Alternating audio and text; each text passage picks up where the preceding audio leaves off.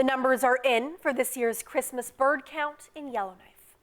Volunteer bird watchers were out counting birds on Saturday.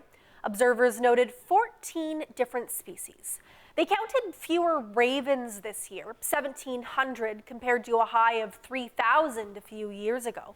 And volunteer Reid Hildebrandt says there was good news for people concerned about the competition between Canada jays and the invasive magpie species. What's a local hard-to-view bird? Probably the highlight from the count. We had a person on skis over by Con Mine come across a northern hawk owl, which we don't often get owls on the count. And in my 20 years of being on the bird count, I don't remember the last time a hawk owl was seen. So that's a bird that is small numbers will spend the entire winter in our forests, but usually a little bit further distance from town, and they're hard to come across. So that was a real highlight. That must have been really exciting for that person. Yeah, she was quite excited to relay the news. I'm sure. What about for yourself? Was there anything that stood out for you when you were out there? For myself, I had the privilege of spending most of the day walking around with my wife and being able to show her close-ups of the boreal chickadees, the Canada jays. Best bird for us was a hairy woodpecker. Don't always see woodpeckers on the count day, so that was nice. I remember the first time, it was just, we were talking about this before we started the interview. It was maybe last winter, I think. I saw my first woodpecker in person. It was very exciting. Very exciting. They're so striking, those birds. Right? Yeah. It had like had red around its head. It was beautiful. Yeah, really classy, black and white, most of the ones that we have around here. And the one we saw was a female. It doesn't have any red on the head. One I saw just yesterday does have the red on the head. Yeah. Looking around Yellowknife at the moment, of course, we're seeing lots of ravens and ptarmigans. Do you have some results that you can share with us? Certainly. I got my last field reports delivered to me yesterday, and I tallied them up last night.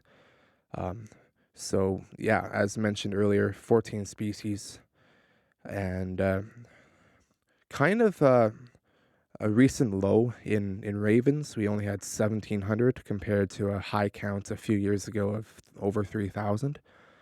We had about 260 ptarmigan, good numbers of Canada jays and boreal chickadees, 15 each. House sparrows, that was the only one that was a record per se. It was the highest ever count for house sparrows, which are introduced little brown sparrow that spends the entire winter here in town. You often see them downtown, or they also love out by Cam Lake and the dog kennels and whatnot.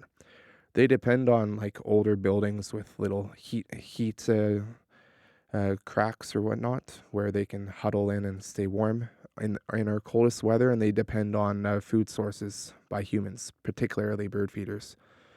So I saw, as I mentioned, more than my share of house sparrows. There was lots in the Borden Drive neighborhood this year, and overall, it was just over 600, whereas the previous high was just under 500. What happens to this information now that you and the volunteers have been out there collecting it? I publish it on the Audubon website, and then it's accessible to any and every researcher that wants to do winter bird population studies.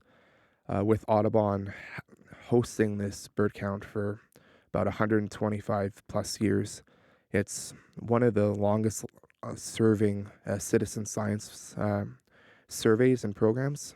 It has an enormous wealth of data available, and so anyone that has any interest in seeing how winter bird populations across North America have changed, they go and utilize this data from the Audubon Christmas bird counts.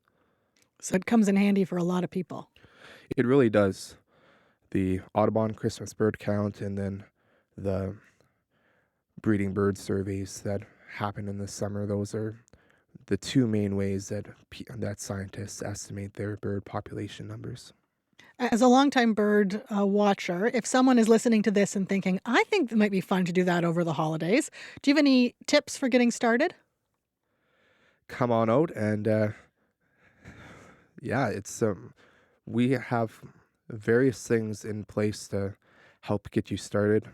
I can give you extra coaching. We can send you off with tabulated field guides. You can go take a friend. That's a great way to get started. And yeah, it's 2 to 3 hours. Sometime, depending on your interest, you can be counting for 5 or 6 hours. And we just spend time walking around your local neighborhood or a part of town that you want to explore, checking the streets, checking the bushes, counting each and every bird you see. And it's not as hard as it seems. All right, Reid, thanks so much for coming in. Thanks, Shannon. Great to talk about this. Nice to have you.